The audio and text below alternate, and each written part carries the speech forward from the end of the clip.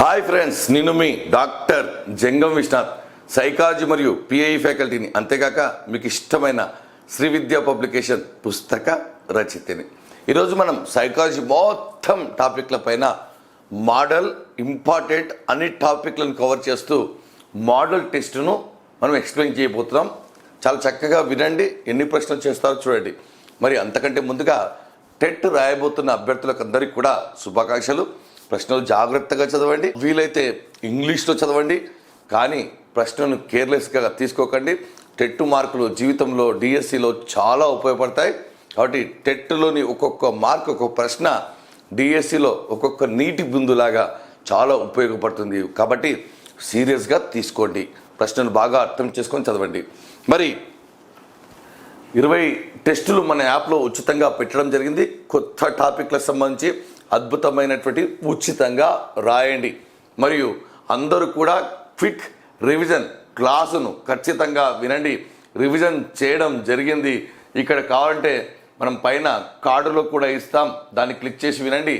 ఖచ్చితంగా quick revision క్లాస్ని, దాదాపు 3 గంటల క్లాస్ని, మొత్తం సైకాలజీని మీకోసం చెప్పడం జరిగింది. మన యూట్యూబ్ ఛానల్లో ఉంది ఆల్రెడీ, అందరూ వింటున్నారు, విజయం సాధిస్తున్నారు. కాబట్టి మరి ప్రశ్నలకు వెళ్తే మొదటి ప్రశ్న గురించి మనం మాట్లాడుకోబోతున్నాం. ఇక్కడ చూస్తే మొదటి ప్రశ్న, దుస్తుల దుకాణానికి వెళ్ళి దుస్తులు కొనేటప్పుడు సేల్స్ గర్ల్స్ చూపించిన కొన్ని డ్రెస్సులు చూడగానే ఇవి నాకు అంతగా సెట్ కావు అని పూర్తిగా చూడకుండానే ఒక నిర్ధారణకు రావడం, ఇది ఏ లోపం?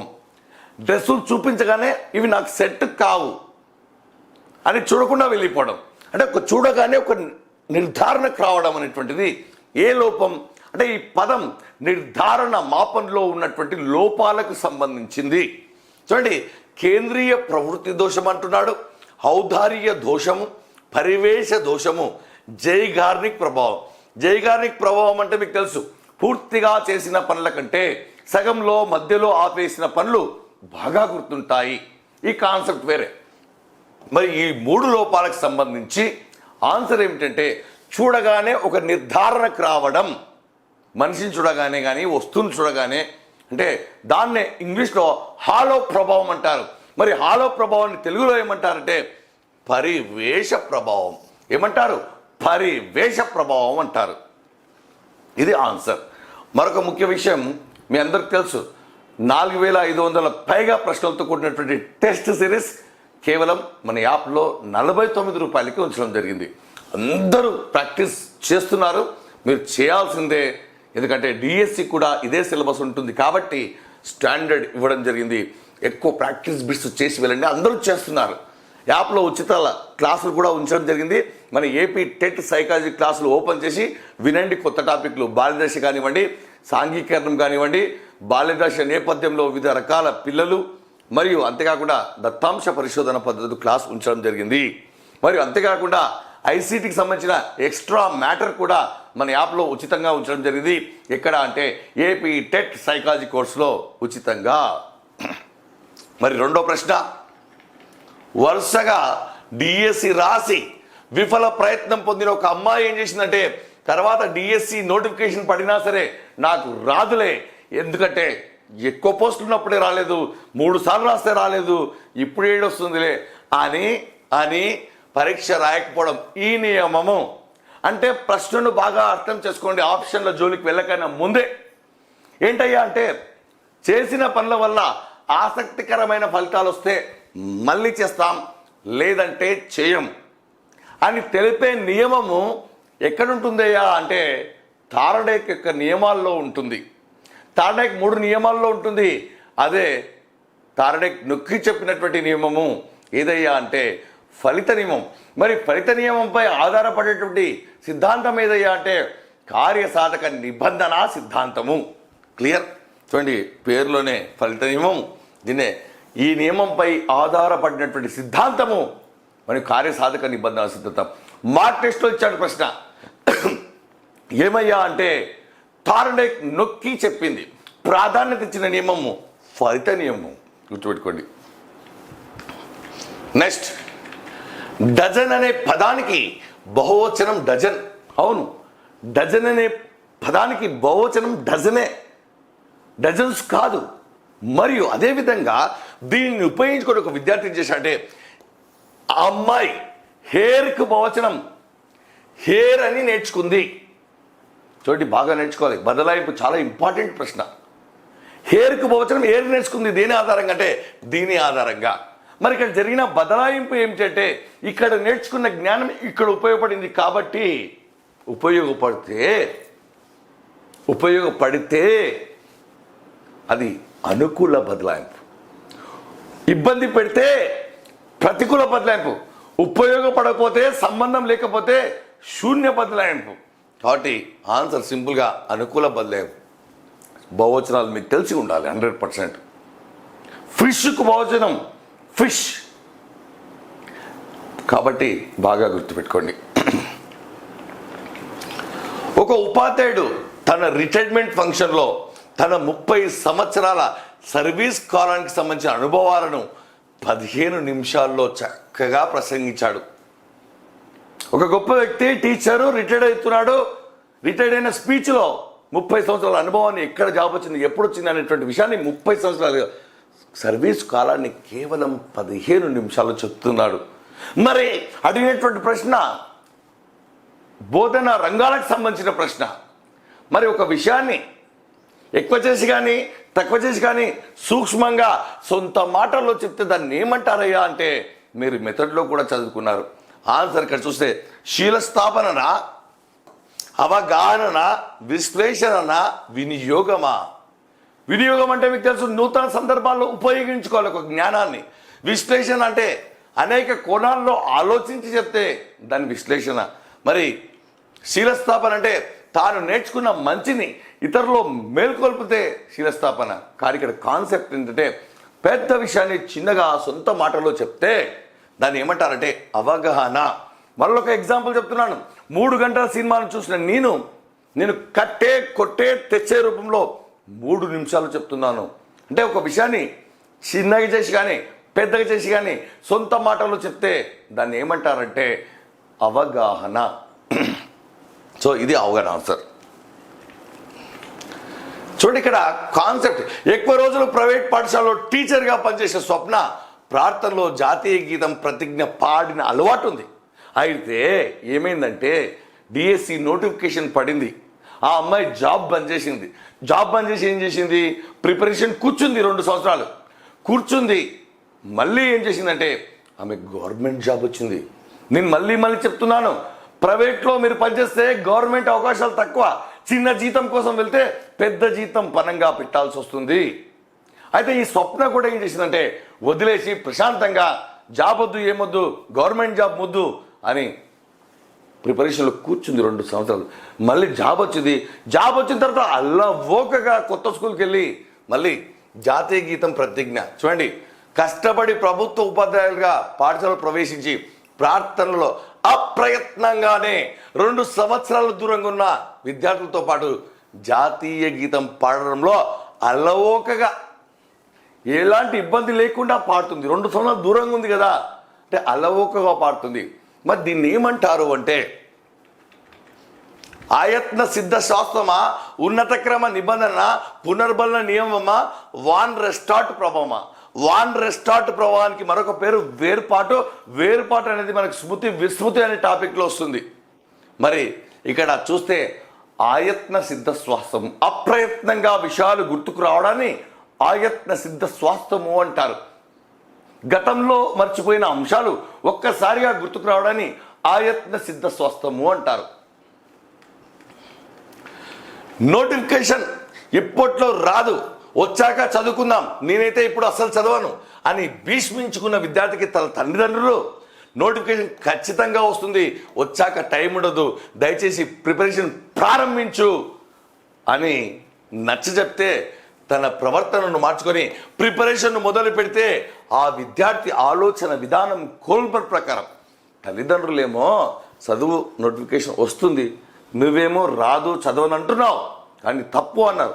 అయితే తల్లిదండ్రులు చెప్పినటువంటి మాటను విన్నటువంటి శిశువు కోల్బర్గ్ ప్రకారం ఏ దశలో ఉన్నాడు అంటే చూడండి, ఉత్తర సాంప్రదాయ స్థాయి, దాంట్లో మనకు 5వ వ్యక్తిగత హక్కులు. మరి ఎందుకు ఈ పాయింట్ మాట్లాడుతున్నా అంటే ఉత్తర సాంప్రదాయ స్థాయిలో 5వ దశ చెప్తే వింటాడు, మొదట వినడు, తర్వాత చెప్తే వింటాడు. అదే 6వ దశ అంతరాత్మతో కూడినటువంటి నీతి ఎవరు చెప్పినా వినడు, నా ఇష్టం అంటాడు. 6వదేమో వినడు, 5వది వింటాడు. అది ఏ దశ అంటే ఉత్తర సాంప్రదాయ స్థాయి. మరి ఉత్తర సాంప్రదాయ స్థాయి 5వ దశ. రమ్య తన డైట్ కళాశాల వార్షికోత్సవంలో డాన్సును బాగా ప్రదర్శించి వచ్చిన అతిథుల మెప్పు పొందాలనుకుని బాగా కష్టపడి చాలా రోజులు ప్రాక్టీస్ చేసి మెప్పును పొందింది. రమ్య ఎరిక్సన్ ప్రకారం ఏ దశలో ఉన్నట్టు?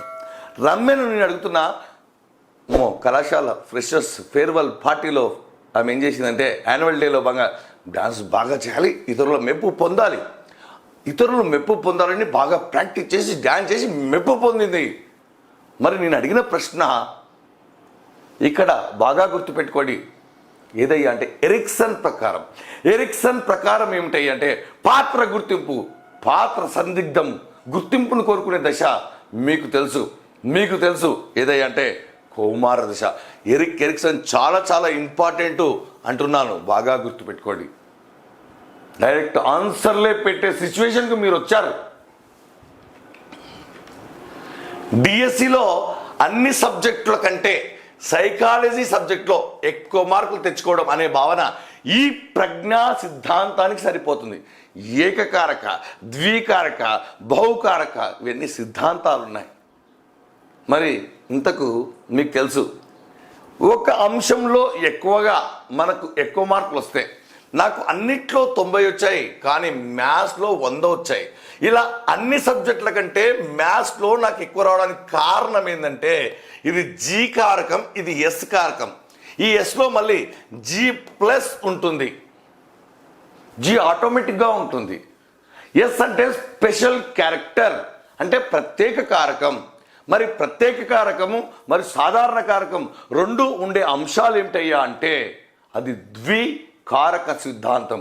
ద్వికారక సిద్ధాంతాన్ని ఎవరు కనుక్కున్నారంటే స్పియర్మెన్. ఎవరే అంటే స్పియర్మెన్, గుర్తుపెట్టుకోవాలి, స్పియర్మెన్. ద్వికారక సిద్ధాంతం. జంగం విశ్వనాథ్ సార్ తన సైకాలజీ యాప్లో లైవ్ క్లాస్లో భాగంగా క్విజ్ పోటీ నిర్వహించి ప్రతి 10 నిమిషాలకు ఒక్కసారి ఏ విద్యార్థులు ఎంత స్కోరు సాధించారు అని చెప్పసాగాను.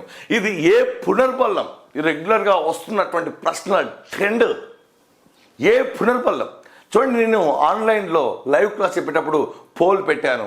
అమ్మాయిలు ఒక సైడు, అబ్బాయిలు ఒక సైడు, తెలంగాణ ఒక సైడు, ఆంధ్రప్రదేశ్ ఒక సైడు, ఎడ్జిటి ఒక సైడు, స్కూల్ స్టేట్ ఒక సైడు, ఇలా విడగొట్టి ప్రతి 10 నిమిషాలకు ఒకసారి మీ స్కోర్ చెప్తున్నాను. అంటే ఒక నిర్ణీత కాల వ్యవధి తర్వాత మీ స్కోరు కనుక చెప్తే దాన్ని ఏ పునర్బలం అంటారు? స్కిన్నర్ ప్రకారం పునర్బలాలు ఇవన్నీ కూడా ఏ అంటే స్థిర నిష్పత్తి అంటేనేమో పనిని బట్టి, నిరంతరం అంటే అప్పటికప్పుడే పునర్బలం ఇవ్వడం. కానీ ఇక్కడ చూస్తే స్థిర వ్యవధి పునర్బలం. దీనికి గల మరొక పేరు స్థిర కాల పునర్బలం. ఎగ్జాక్ట్గా మళ్ళీ 10 నిమిషాల తర్వాత చెప్తాను కాబట్టి రిజల్ట్స్. ప్రయాణంలో కారు యొక్క వేగం పెంచితే ప్రయాణం యొక్క కాలం తగ్గుతుంది. వేగం పెరిగితే దూరం తగ్గదు, కాలం తగ్గుతుంది. ఆ విషయం కన్విన్స్ కారు మీద. చెట్లను నరికితే వర్షపాతం తగ్గుతుంది, అడవులను పెంచితే వర్షపాతం పెరుగుతుంది.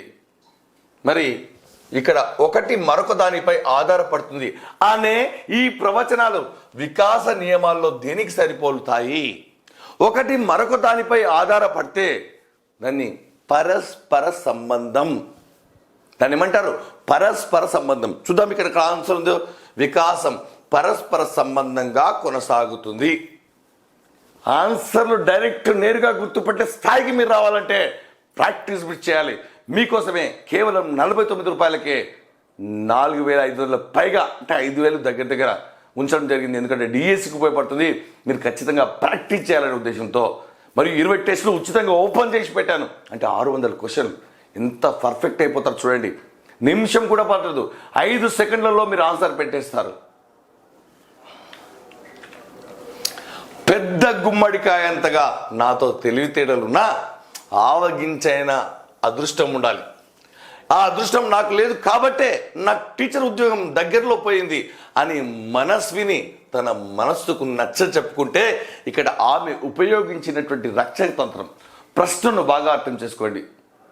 ఏంటంటే తల్లిదండ్రులు, తర్వాత ముత్తాతలు, తర్వాత వారి ఇంట్లో వాళ్ళు ఊకే చనిపోతుంటే ఇతడు బాధపడకుండా పుట్టినవాడు గిట్టక మానడు, కష్టాలు వస్తున్న వ్యక్తికి నీకే కష్టాలు వస్తున్నాయంటే మనుషులకే కష్టాలు వస్తాయి, జంతువులకు వస్తాయా అంటున్నాడు.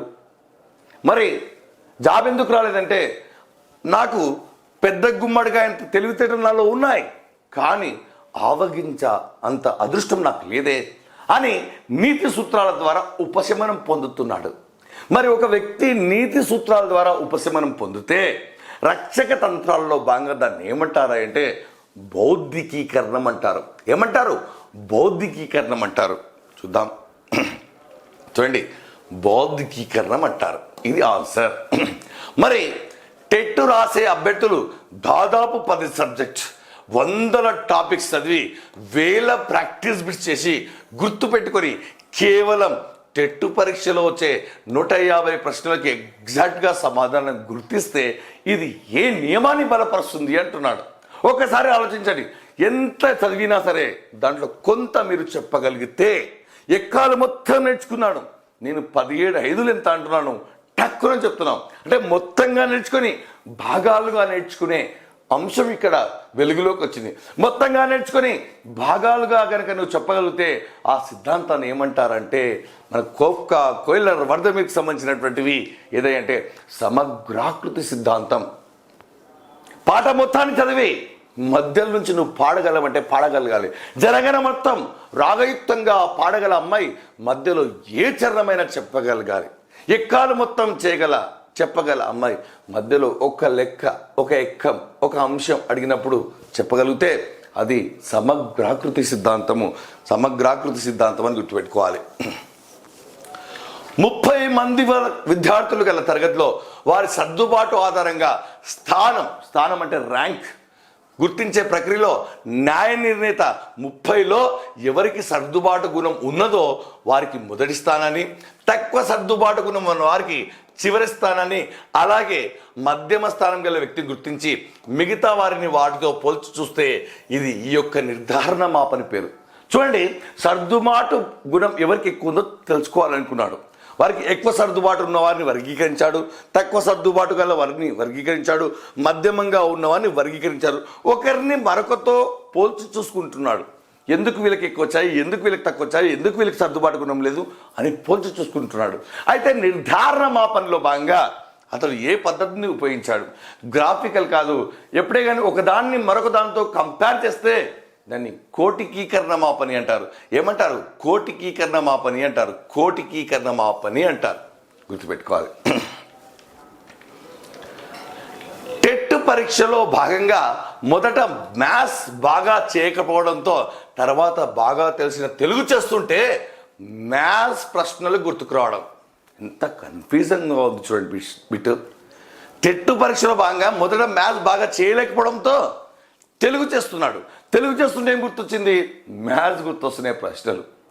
అంటే ఇక్కడ పాతది గుర్తొచ్చిందా, కొత్తది గుర్తొచ్చిందా? పాతది గుర్తొచ్చింది కొత్తది చేస్తుంటే. అంటే పాత అభ్యసనం కొత్తదానికి అడ్డుపడితే పురోగమన అవరోధం, కొత్తది అడ్డుపడితే తిరోగ, పాతది అడ్డుపడితే పురోగమన. ఇంత గుర్తుపెట్టుకోవాలి. మరి దాన్నే పురోగమన అవరోధానికి మరొక పేరు ప్రతికూల అవరోధం. ప్రతికూల అవరోధం, ప్రతికూల అవరోధం. అనిల్, చూడండి, ఇక్కడ ప్రశ్న పెద్దగా కూడా ఉండవచ్చు, ఓపిక ఉండాలి, సహనం ఉండాలి, చదివి బాగా అర్థం చేసుకోవాలి. ఒక్క ప్రశ్న పోతే పోనీ అంటే పడవకు రంధ్రం చిన్నదే కానీ పడవనే ముంచేస్తుంది, తస్మాత్ జాగ్రత్త. అనిల్, సునీల్ ఇద్దరు అన్నదమ్ములు. అనిల్ చిన్నప్పటి నుండి హోంవర్క్లను అసంపూర్తిగా చేస్తాడు. కోచింగ్ సెంటర్లో ఉపాధ్యాయుడు నోట్స్ డిక్టేట్ చేస్తుంటే కూడా కొన్ని మాత్రమే రాసుకుంటాడు. అదే సునీల్ న్యూస్ పేపర్లో ముద్రణ రూపంలో ఉన్న సమాచారాన్ని చదవడానికి ఆసక్తి చూపడు. పుస్తకాల్లో ఉన్న సమాచారాన్ని కూడా చదవడు. ప్రింటింగ్ రూపంలో ఉన్నదని చదవడు. తాను ఎక్కువగా పుస్తకాల కంటే ఉపాధ్యాయుడు రాయించిన నోటు పుస్తకాల సమాచారాన్ని ఎక్కువగా చదువుతాడు. అనిల్ ఏమో చిన్నప్పటి నుంచి మధ్యలోనే అసంపూర్తిగా రాస్తాడు. సునీల్ ఏమో న్యూస్ పేపరు పుస్తకంలో ఉన్న ప్రింట్ దాన్ని చదవలేడు. మరి ఇద్దరిలో ఉన్నటువంటి రుగ్మత ఏమిటి? ఒకరేమో రాయలేరు, అసంపూర్తిగా రాస్తారు. ఒకరేమో ముద్రణ రూపంలో ఉన్నదని చదవలేరు. మరి దీన్ని ఏమంటారు? మొదటిది మీకు తెలుసు, ఎప్పుడైతే అసంపూర్తిగా రాస్తారో దాన్ని అగ్రాఫియా అంటారు. మరి ముద్రణ రూపంలో ఉన్నదాన్ని చదవలేదో దాన్ని ఏమంటారు అంటే అలెక్సియా అంటారు. చూడండి, అగ్రాఫియా, అలెక్సియా. ఇక్కడ అనిల్కి అగ్రాఫియా ఉంది, సునీల్కి అలెక్సియా అనే రుగ్మత ఉంది. ఇది అభ్యసన వైకల్యానికి సంబంధించినటువంటి ప్రశ్నలు. నెక్స్ట్, భరత్ తన మిత్రుడి పెళ్లిలో డ్యాన్స్ చేస్తూ పాట వేసిన ప్రతి పాటకు డ్యాన్స్ చేస్తున్నాడు. పాట మార్చినప్పుడల్లా కూడా స్టెప్పులు మారుస్తూ ఉన్నాడు. చూడండి, పాటకు తగ్గట్టుగా శరీరాన్ని మారుస్తున్నాడు. పాటను మార్చినప్పుడల్లా పాటకు తగ్గట్టుగా తన డ్యాన్స్లో మార్పులు కూడా చూపిస్తున్నాడు. ఇతడు గార్డినర్ ప్రకారం ఏ ప్రజ్ఞను కలిగి ఉన్నాడు? పాటకు తగ్గట్టుగా, మాటలకు తగ్గట్టుగా హావభావాలను శరీరాన్ని కదిలిస్తే అది శారీరక గతి సంవేదన ప్రజ్ఞ. మరి చూడండి, ఇక్కడ దాన్నే శారీరక కండర స్పర్శ ప్రజ్ఞ అని కూడా అంటారు. మరి మనసు వ్యక్తిగత సంవేదనలు ప్రత్యక్షమనే అంశాలతో కూడుకున్నది అని తెలిపే వాదం ఇది. డైరెక్ట్ ప్రశ్న ఇది. సంవేదనలు ప్రత్యక్షంతో కూడుకున్నటువంటి వాదం సంరచనాత్మక వాదం ఏ రెండు అంశాలతో కూడుకున్నది? సంవేదనలు, ప్రత్యక్షమని గుర్తుపెట్టుకోవాలి. చలన వైకల్యంలో భాగంగా వీరి కదలిక అపసవ్యంగా ఉండి ప్రాదేశిక సంబంధాలు బలహీనంగా ఉంటాయి. అంటే నడక స్ట్రైట్గా వెళ్ళలేరు, వంగుతూ ముందుకు వెనకకు, అంటే ఒక స్టెప్పుకు మరొక స్టెప్పుకు గ్యాప్ ఎక్కువగా ఉంటుంది. చూడండి, ప్రాదేశిక సంబంధాలు చాలా హీనంగా ఉంటాయి. అంటే స్టెప్పుకు మధ్య అంతరం తేడా ఉంటుంది. అదే మన స్టెప్పులు అయితే ఈక్వల్గా పడతాయి. మరి ఈ రుగ్మతను ఏమంటారు? ఈ రుగ్మతను మనం గతిలోపం అంటాం. ఏమంటాం? ఈ రుగ్మతను గతిలోపం. మరి క్లబ్ ఫుట్ అంటే మీకు తెలుసు, అదనంగా ఒక చిన్న అవయవం ఉండడం, 6 వేళ్ళు ఉండడం, 6 ఫింగర్స్ ఉండడం, కాలికి కానీ చేతికి కానీ. మరి రిజిడిటీ, దీని అనమ్యత, కండరాలు బిగుసుకొని పోతాయి. స్పాస్టిసిటీ అంటే రబ్బర్ లాగా సాగే గుణాన్ని కలిగి ఉంటాయి. ఒకవైపు వంపితే మరొక వైపు వంగుతాయి చేతులు, కాళ్ళు. ఇది చలన వైకల్యానికి సంబంధించింది. ఇక్కడ ఆన్సర్ గతి లోపము. భావన అనే అమ్మాయి కరోనా సమయంలో ప్రైవేట్ ఉద్యోగం చేసే వారి ఆర్థిక కష్టాలను చిత్రం ద్వారా తెలిపింది. ప్రైవేట్ బతుకులు ఎలా ఉంటాయో ఒక చిత్రం ద్వారా, కార్టూన్ ద్వారా తెలిపింది. తర్వాత అదే అమ్మాయి విజయవాడలో వరదలు వచ్చినప్పుడు కూడా ఆ వరదలు, అతలాకుతలమైనటువంటి ప్రజల ఆర్థిక దీన ఆరోగ్య స్థితులను ఒక చిత్రం ద్వారా తెలిపింది. ఎవరు? భావన అనే అమ్మాయి. ఇళ్లలోకి నీరు చేయడం వల్ల వారు పడే కష్టాలను ఒకే చిత్రం ద్వారా తెలిపింది. మరి భావనలో ఉన్నటువంటి ప్రజ్ఞ గార్డినర్ ప్రకారం, చూడండి, గార్డినర్ ప్రకారం మీకు తెలుసు ఆన్సర్ ప్రాదేశిక ప్రజ్ఞ. దృశ్య ప్రాదేశిక ప్రజ్ఞ అని కూడా అంటారు. దీన్ని దృశ్య ప్రాదేశిక ప్రజ్ఞ అంటారు. అంటే చిత్రాల రూపంలో మొత్తం సమాచారాన్ని తెలియజేయగలిగితే వారికి ఉన్నటువంటి ప్రజ్ఞ దృశ్య ప్రాదేశిక ప్రజ్ఞ. డిక్షనరీ ఆఫ్ సైకాలజీ ప్రకారం అభిరుచి యొక్క అర్థం కానిది. డిక్షనరీ ఆఫ్ సైకాలజీ గ్రంథ రచయిత మీకు తెలుసు జేపీ చాప్లిన్. రైట్, చూడండి ఒకసారి. వ్యక్తి యొక్క అవధానాన్ని ఎక్కువ కాలం ఉంచే స్థితి. మరి అభిరుచి ఉంటే అలసట ఉండదు, ఎక్కువ కాన్సన్ట్రేషన్ చేస్తాం, అవధానం ఉంటుంది. ఓకే, ఒక వ్యక్తికి ఒక కృత్యము మరియు వ్యాపకము, ఒక విషయం అతి ముఖ్యము అనిపిస్తుంది. ఎందుకంటే అభిరుచి కాబట్టి.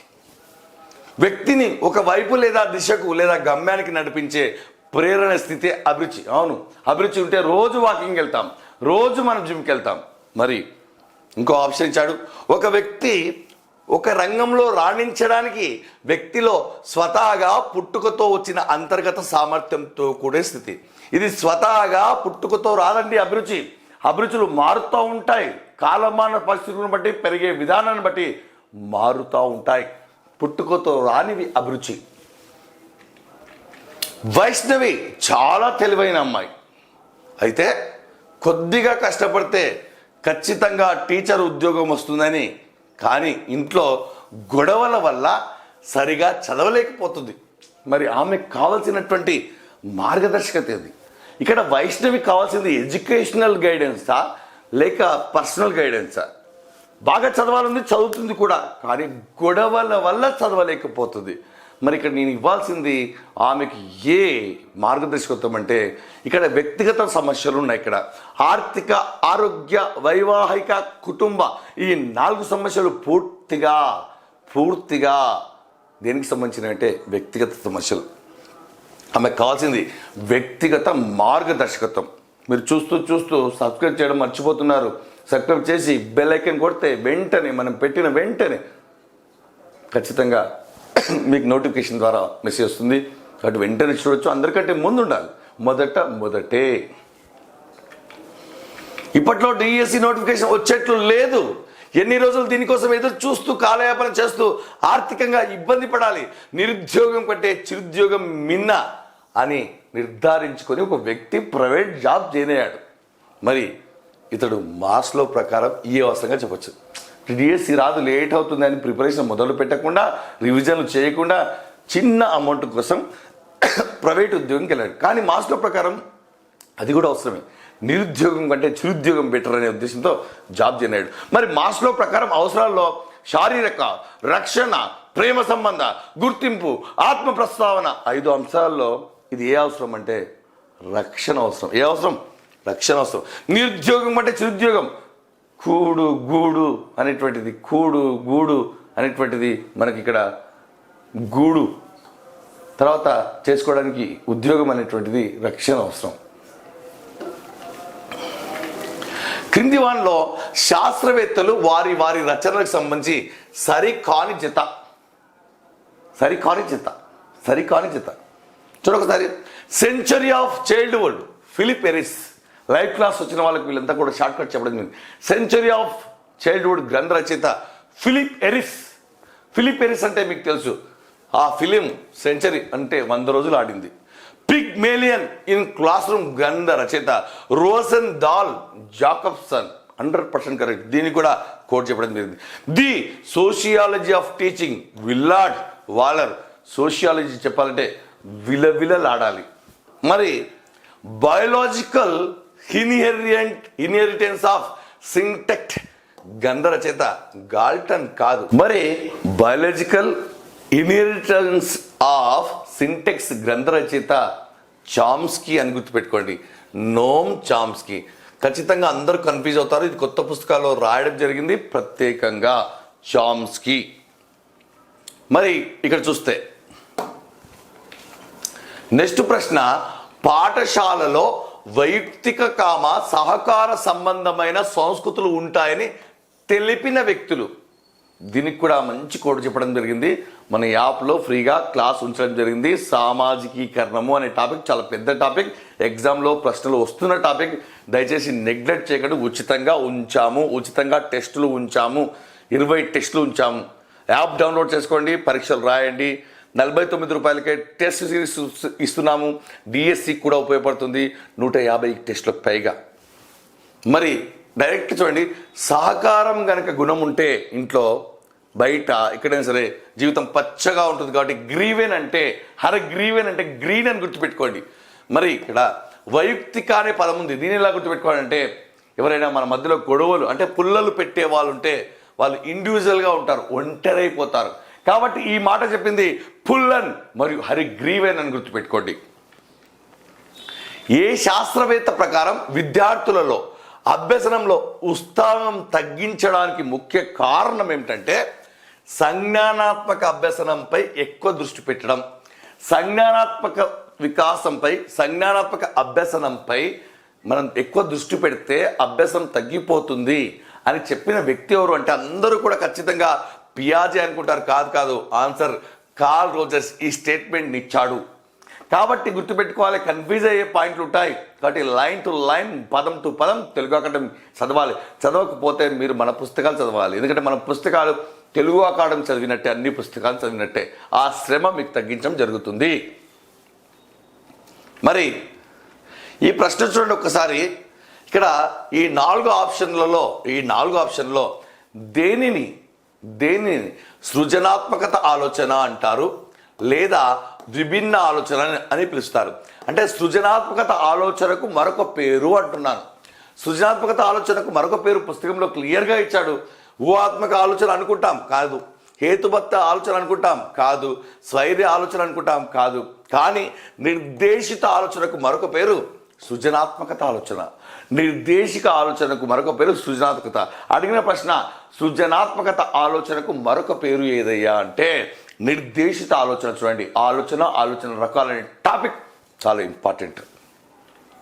మొన్న మనకు మార్క్ టెస్ట్లో ఒక విషయాన్ని చూస్తూ ఆలోచించడం, ఏ ఆలోచన అన్నాడు? మూర్త ఆలోచన. అతి సంజ్ఞానాత్మకతలోని అంశీభూతం కానిది అతి సంజ్ఞానాత్మకత. దీన్ని మెటాకాగ్నిషన్ అంటారు. దీంట్లో అంశీభూతాల సంఖ్య 3. మరి ఏది లేదు? జ్ఞానం ఉంది, నియంత్రణ ఉంది, అనుభవాలు ఉంది, కానీ సరళత అనే పదం లేదు. సరళత అనేది అంశీభూతం కాదు దీంట్లో. అతి సంజ్ఞానాత్మకతలో చూడండి, పదం బాగుంది. ఇవన్నీ కూడా ఇంపార్టెంట్ బిట్స్ అండి. ఏ మెదడు పనితీరు మీద వ్యక్తి యొక్క చాలక కౌశలాలు ఆధారపడతాయి. చాలక కౌశలం అంటే చలన కౌశలాలు. కాళ్ళు చేతులు బాగా పనిచేస్తాయి. ముందు మెదడా, మధ్య మెదడా, వెనక మెదడా? మరి అన్నప్పుడు ఎప్పుడు కానీ మధ్య మెదడు వల్లనే మన చలన కౌశలాలు బాగా పనిచేస్తాయి, లేదంటే పారాలిసిస్ వస్తుంది. కాబట్టి ఆన్సర్ వచ్చేసి మధ్య మెదడు. ఏ ఉపాధ్యాయురాలి చొరవ వల్ల బాలల హక్కులకు సంబంధించి 1989 నవంబర్ 20న సిఆర్సి పైన, చైల్డ్ రైట్స్ కన్వెన్షన్ పైన సంతకాలు చేయడం జరిగింది అన్ని దేశాలు? ఏ ఉపాధ్యాయుల వల్ల బాలల హక్కులు రావడం జరిగింది అన్నప్పుడు ఆన్సర్ వచ్చి ఎగ్ లెంటిన్ బేగ్ అనే ఒక ఉపాధ్యాయురాలు చొరవ వల్ల నవంబర్ 20న 1989 సంవత్సరంలో 180 దేశాలు సంతకం చేశాయి. ఆ ఉపాధ్యాయురాల పేరు ఎగ్ లెంటిన్ బేగ్. బాలల హక్కులకు సంబంధించినటువంటి మేడం.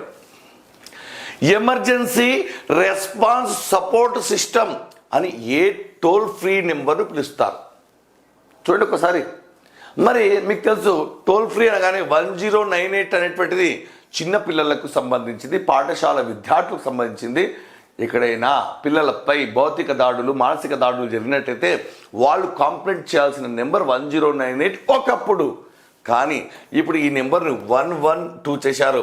దీన్ని ఏమంటారంటే ఎమర్జెన్సీ రెస్పాన్స్ సపోర్ట్ సిస్టమ్ అంటారు. మరి ఏ పథకంలో భాగంగా ఈ పేరు రావడం జరిగిందంటే మిషన్ వాత్సల్య పథకంలో భాగంగా కేంద్ర ప్రభుత్వం 1098 స్థానంలో 112ను ప్రవేశపెట్టడం జరిగింది. ఈ విషయం గమనించాలి. ఇది క్లాసులు. కాబట్టి మీరందరూ కూడా ప్రాక్టీస్ చేశారు, మంచిగా పరీక్ష రాస్తారు. ఎందుకంటే టెట్ మార్కులు చాలా కీలకం. మళ్ళీ చెప్తున్నాను, బిందు బిందు సింధు అవుతుంది. కాబట్టి పడవకు రంధ్రం చిన్నదే కానీ పడవనే ముంచేస్తుంది. టెట్కు నెగ్లెక్ట్ చేయకండి. టెట్లో ఉన్న సైకాలజీ మళ్ళీ డిఎస్సిలో ఉంటుంది, టెట్లో ఉన్న థర్డ్ సెక్షనే మళ్ళీ డిఎస్సిలో ఉంటుంది. మరి మరొక విషయం మీకు అందరికి తెలుసు, మన యాప్లో కేవలం 50 రూపాయలు అంటే 49 రూపాయలకే 4500 ప్రాక్టీస్ బిట్స్. ఇది ఎవరైతే నేరుగా డిఎస్సి ప్రిపేర్ అవుతున్నారో సైకాలజీ మరియు పర్స్పెక్టివ్ సంబంధించి కోర్సు సిద్ధంగా ఉంది. హెచ్జిటి వారికి 12 మార్కులు, స్కూల్ అసిస్టెంట్ వారికి 10 మార్కులు. అదే దానికి సంబంధించిన పుస్తకం టీఏపీ టెట్ సైకాలజీ కోర్స్. 1000 మంది విన్నారు, సాటిస్ఫైగా ఉన్నారు, ధైర్యంగా ఉన్నారు. వాళ్ళు నిమిషం వ్యవధి లోపల 3-4 ప్రశ్నలు చేయబోతున్నారు. కాబట్టి మీరు ఈ టైంలో చేయాల్సింది ప్రాక్టీస్ బిట్స్ కేవలం 49 రూపాయలకే 1000 కొద్ది ప్రాక్టీస్ బిట్స్ క్షణాల్లో చేసేస్తారు ప్రశ్నలు. కాబట్టి దయచేసి అవకాశాన్ని ఉపయోగించుకోండి. మన యాప్ని డౌన్లోడ్ చేసుకోండి, మన టెలిగ్రామ్ గ్రూప్లో జాయిన్ కండి, మరియు సబ్స్క్రైబ్ చేసుకోండి. ఖచ్చితంగా ఆల్ అనే సింబల్ నొక్కండి. అందరికంటే ముందుగా తాజా నిజ వాస్తవ సమాచారం వస్తుంది. మరొకసారి టెట్ రాసే అభ్యర్థులు కంగారు పడద్దు, టెన్షన్ పడద్దు. కంగారులాగా పరిగెత్తండి, కానీ కంగారు మాత్రం పడకండి. మీకు సదా మేము అందుబాటులో ఉంటాం. మన యాప్లో మీరు చాట్ బాక్స్లో మెసేజ్ పెట్టండి. చాట్ బాక్స్లో మెసేజ్ పెడితే వెంటనే స్పందిస్తాం. మీ యొక్క అనుమానాలు తీరుస్తాం. పాఠశాలలకు ఉద్యోగాలు వచ్చేంత వరకు తోడుంటాం. మీరందరూ కూడా ఉచిత 20 పరీక్షలు రాయండి. ఖచ్చితంగా క్లాసులు వినండి ఉచితంగా మన ఏపీ టెట్ సైకాలజీ కోర్సులో. All the best.